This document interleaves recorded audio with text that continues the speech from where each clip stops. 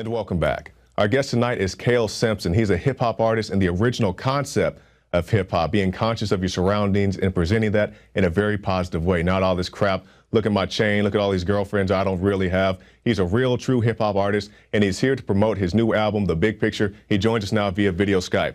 Thanks for joining us, Cale. Thanks for having me on, Jakari. It's a pleasure to be here. Oh, thank you. Now, we got your album. You sent us some albums here at the InfoWars. We definitely appreciate that. A lot of guys have been enjoying them. I've been enjoying the album myself. Can you tell us a little bit about this album and also how you got into music? Okay, well, I'll start with how I got into music. I originally got influenced by hip-hop culture probably when I was about 9 years old.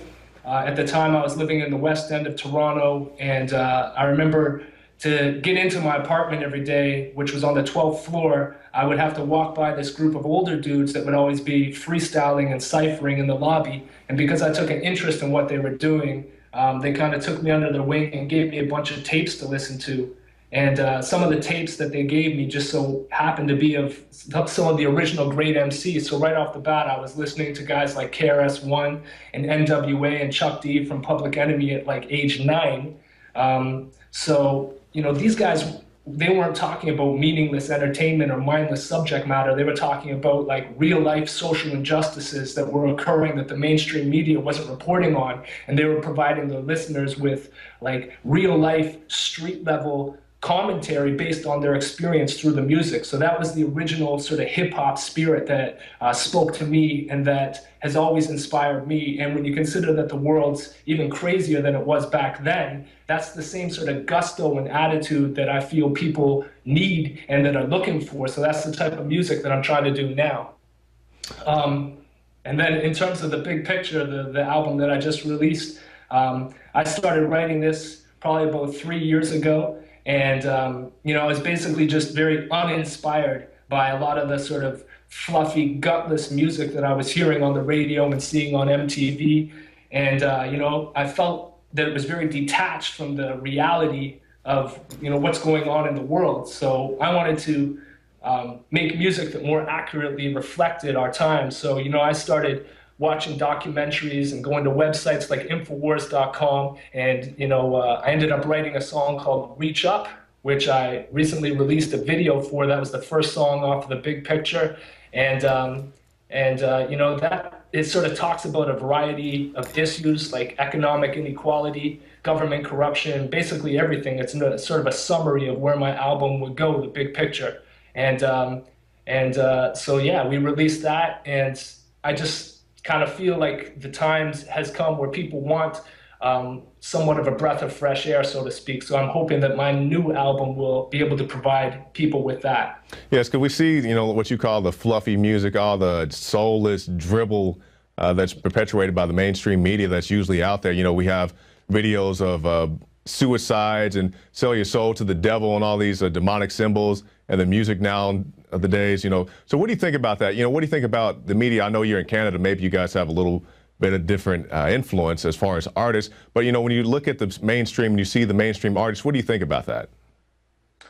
Well, I mean, our media is more or less the same as yours. You know, the Canadian media is basically the American media. There's slight differences and whatnot. So when I look at the mainstream artists, you know, for the most part, I'm not really impressed. They don't really speak to me. I don't, like I said, I don't feel like the gusto and the spirit of the human experience is being accurately portrayed through the pop star artists that are being promoted to the public. So, you know, I feel the opposite. I feel like kind of a sense to dig into information. Like, you know, I kind of view my music as information-oriented, almost like essays, you know, because I'm driven by just getting the message out there. You know, I don't care about money. I don't care about all the superficial stuff. I don't care about being popular, being cool. But I do happen to have an inquiring mind, and I do happen to have this ability to rap that I've had since I was young. And for whatever reason, people do seem to think it's cool, or they respect it, especially younger people. So really, I'm just trying to use my medium to help contribute and to try to help towards making a positive difference. And how I do that is by spreading information through my lyrics to hopefully increase awareness about some of these real issues that are affecting us all, and hopefully provoking thought and inspiring other people to start taking action in their own ways, so that collectively we can start to get some positive social change happening. That's very well said, because, a lot of people, they see the fight, they think it's all about being on the radio like Alex, or, sitting up here in a suit. It's not all about that. It's about, people doing what they can do. Maybe your thing isn't being on the radio, or maybe not, so much presenting the news, but you can make a rap song, you can make this or that. People have paintings, all types of ways to get the message out that's not just sitting in a suit on TV. So I'm very glad that you mentioned that. And I want you to say, some inspirational words to somebody who may be watching this, and, maybe their thing isn't music, maybe their thing isn't doing a news show, but, how can you tell people to, get the inspiration inside of themselves to go out there and do what they need to do to get this message across?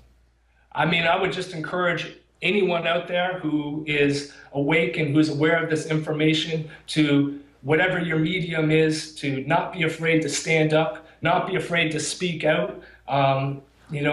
I know sometimes it all can feel a little bit insurmountable, like you're just a speck of sand on a beach, but the reality is that you can make a big difference on a personal level. The status quo is shifting. There's more and more people waking up every day, and there's more and more people awake right now. So I have a lot of hope in humanity. I have a lot of faith that collectively we can all use our different mediums to make a huge difference. So I would just encourage everyone to not be afraid, find the creativity within yourself and go for it. Now, there are a lot of issues, Cale, and we have a very short time. But, what do you think is a real important issue, not just in the United States, but around the world today? What is your top priority? Man, there's so many different issues. And, you can look at each issue separately, and sometimes I think it's better to get a general scope of everything if you can, and be able to connect the dots so that you can start to see all these separate issues as see how they're all connected and interrelated, so that you get a bigger picture view of what's actually going on and how the world is being run. And the way that the world is, being run is essentially we're being controlled. And one of the main reasons that we're being controlled is through the economic system. In the United States, you guys have the Federal Reserve. Mm-hmm. In Canada, we've got, the government borrows money from private banks at interest, which enslaves the nation and puts them in debt, which affects us all. So I would say understanding the money system, if I was going to pick a specific incident or issue, I would say understanding the money system would be one of the top priorities for me. That's why I wrote a song at the end of my album called The Money Song. Right. It's a very good, informative song, and that's what we need. More positive music. People like Cale Sampson, people like Denali, who entered the Operation Paul Revere contest, people like Steve Grant, Immortal Technique. Conscious rap, a rap with a message, not just look at my chain or look at my cars and all these things that they got on loan anyway. The record company lets them borrow it. So, Cale, tell us how we can get a hold of your music.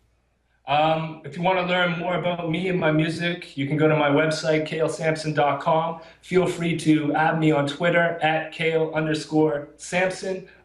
Make sure to look out for the video that I just released. It's the lead single for my album. It's called Reach Up, which is on YouTube. It's been getting a lot of tens of thousands of views actually in the past few weeks, which is great.